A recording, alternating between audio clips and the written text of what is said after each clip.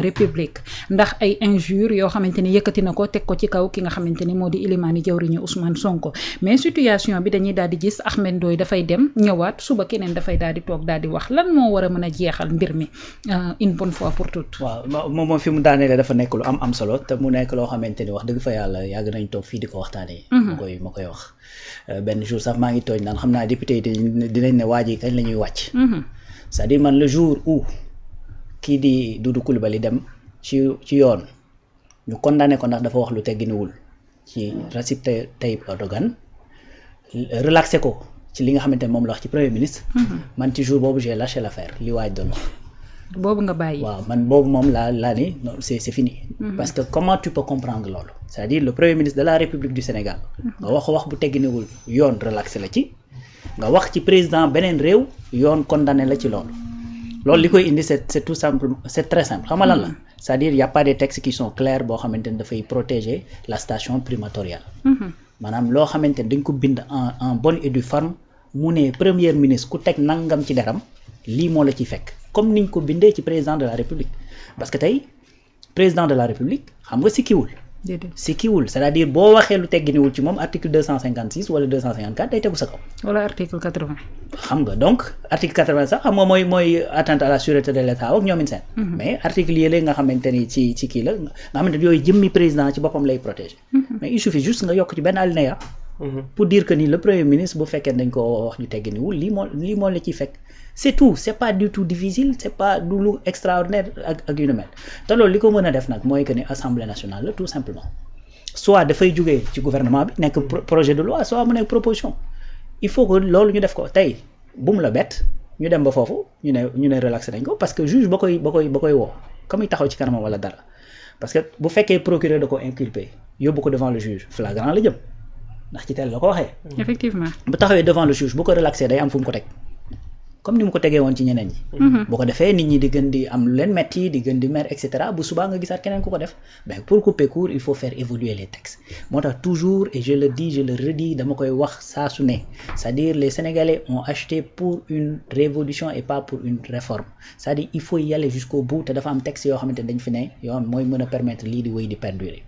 léegi nag si on en revient à la personne qui parle c'est-à-dire encore une fois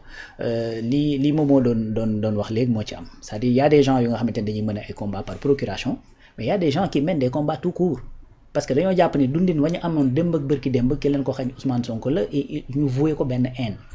parce que am na noo xamante ne boo koy waxee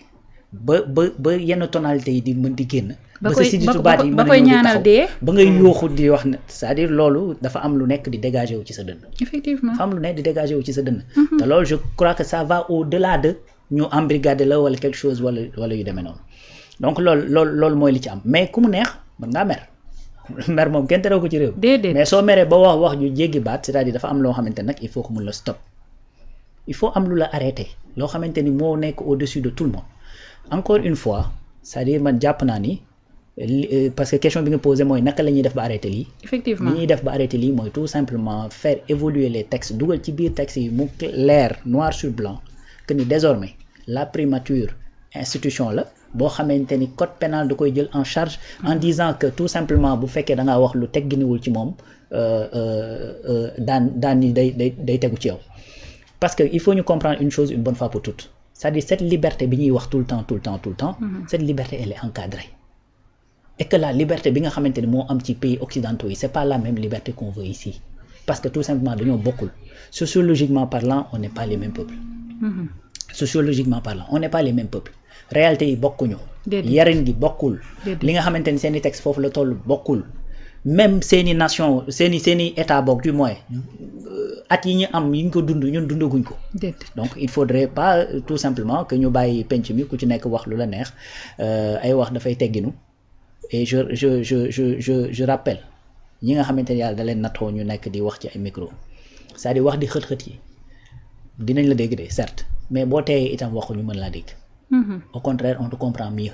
su fekkee da ngaa tey te boo yuuxu sax duñ la dégg très bien wax ko ak dal wax ko aussi ak ay teggin man tu me connais j'aime même pas di épilogue ci ces genre de kii mais yoon moom mi ngi fii di yoonal koo xamante ni da ngaa jël en toute responsabilité wax yenn wax yi ci plateau c'est-à-dire dañ la war a tout simplement tegaat ci yoon en fait. mu ngi noonu Momo est-ce que mbir mi dafa war a mën a toll foo xamante ni dañuy daal di xaar procureur daal di def ab autosaisine ñu soog a woo ki nga xamante ni moo di Ahmed Ndoye et que ki nga xamante ni moom moo di Ousmane Sonko soo waxee dañ naan waxuñu ak le PM Ousmane Sonko mais dañuy wax ak ki nga xamante ni moom moo di tête de file bu parti Pastef pendant ce temps ay avocat wu Ousmane Sonko est-ce que jotut woon ñoom ñu daal di porter plainte bu ko defee bu ñu demee ci yoon day nekk nit ak nit bu ko defee yoon daal di mën a yoonal atte ko foofu. waaw c'est-à-dire problème bu profond la. parce que li daje ci situation bi moo bëri déjà loolu yëpp c'est-à-dire am na fu ñu war a mën a jaaree ba régler problème boobu tey defe naa yoon yi bëri na te li nga wax léegi je pense que benn yoon la mooy mu am son pool d'avocats boo xamante ne nii da ngay gis par exemple l'ex-président Macky Sall da ngay jékki-jékki ñu ne waaw famille de Macky Sall ak xaw ma lanu Macky Sall def nañu plainte. mais peut-être am nañ possibilité son pool d'avocats suñu gisee ku def lu tegul ci yoon ñu dem daal di porter plainte ngir yoon am ci mais je rappelle que dafa am benn chroniqueur ci réew mi boo xam ne dafa mës a jóg jamono bi doon wax ci jeunes yi nga xam ne ñu ngi leen waroon yóbbu Espagne. ci voyage yooyu mu wax ne ministère du travail autant Abass Fall jiite woon ko. chroniqueur bi wax ne dañ doon encaisser je sais pas ñaata millions la waxoon xaw ma 3 millions xaw ma nangam dañuy encaisser pour di jaay place ñi nga xam ne ñoom la ñu yóbbu à l'extérieur. jiiñ ko ministère du travail. kooku bi mu demee taxaw ci kanamu yoon dañ ko ne yow dañ la relaxer purement et simplement. oui ci loo xam ne moom ba mu demee ci kanamu yoon wax na ne moom la mu doon wax amu ci benn preuve maanaam moom li mu jiiñ Abass Fall ak ministère du travail ci jamono boobu. ni dañuy jaay place yeeg nangami million lañ koy jaayee ba mu demee ci kanamu yoon moom dafa nangu ne la mu wax xamu ci dara mu nangu aussi que ni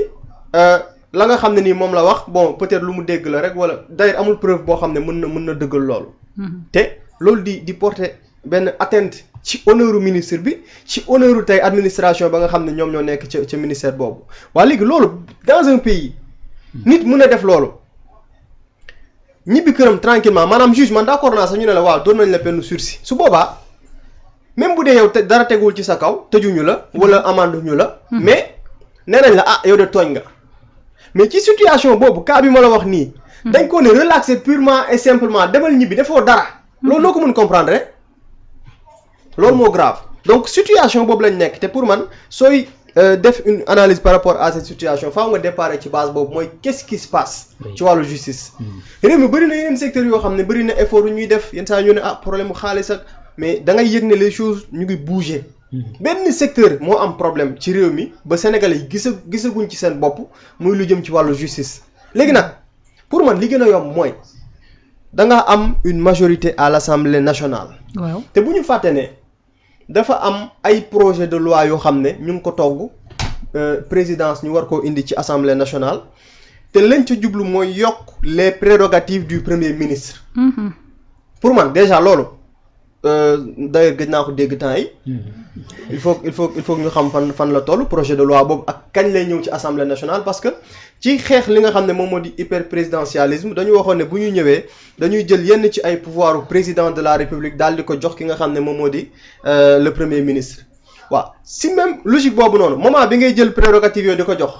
ci ngay fexee ba ci say texte nga prévoir la ne kii ñuy jox prérogative yi moom loi daf ko war a encadrer ba yenn ci ay saaga ak yenn baat yi moom dootul subir lu mel noonu parce que Ousmane Sonko a toujours subi ça.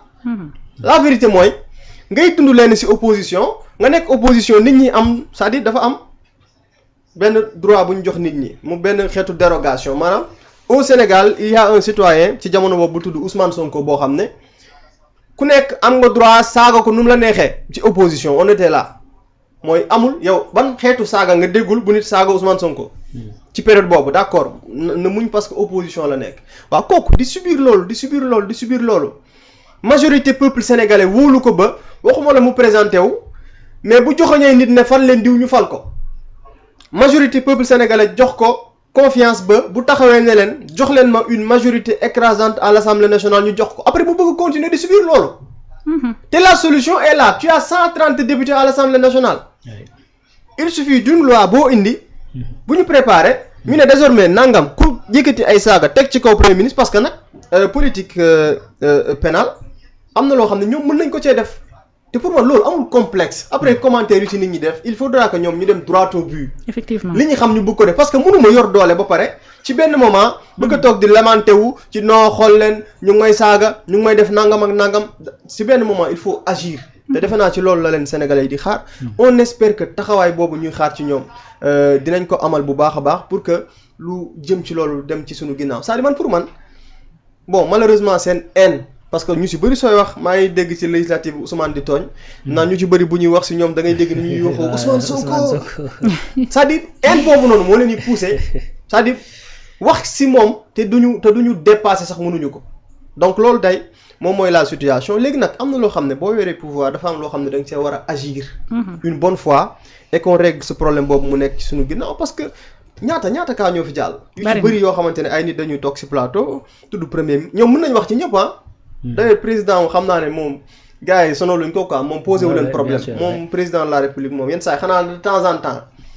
su defalee Ousmane wala ñu gis ne digganteem ak Ousmane rafet def na ci lu rafet ñoom boobu lañ koy xaw a dóor ay pic tuuti mais à part ça seen temps yëpp dañ koy passé ci yëkkati ay kàddu yu ñaaw di ko teg ci kaw un premier ministre et je pense que loolu amul kenn ba ci citoyen Sénégal bi gën a xeebu amul kenn ku mérité ñu yëkkati ay kàddu saaga di ko teg ci sa der.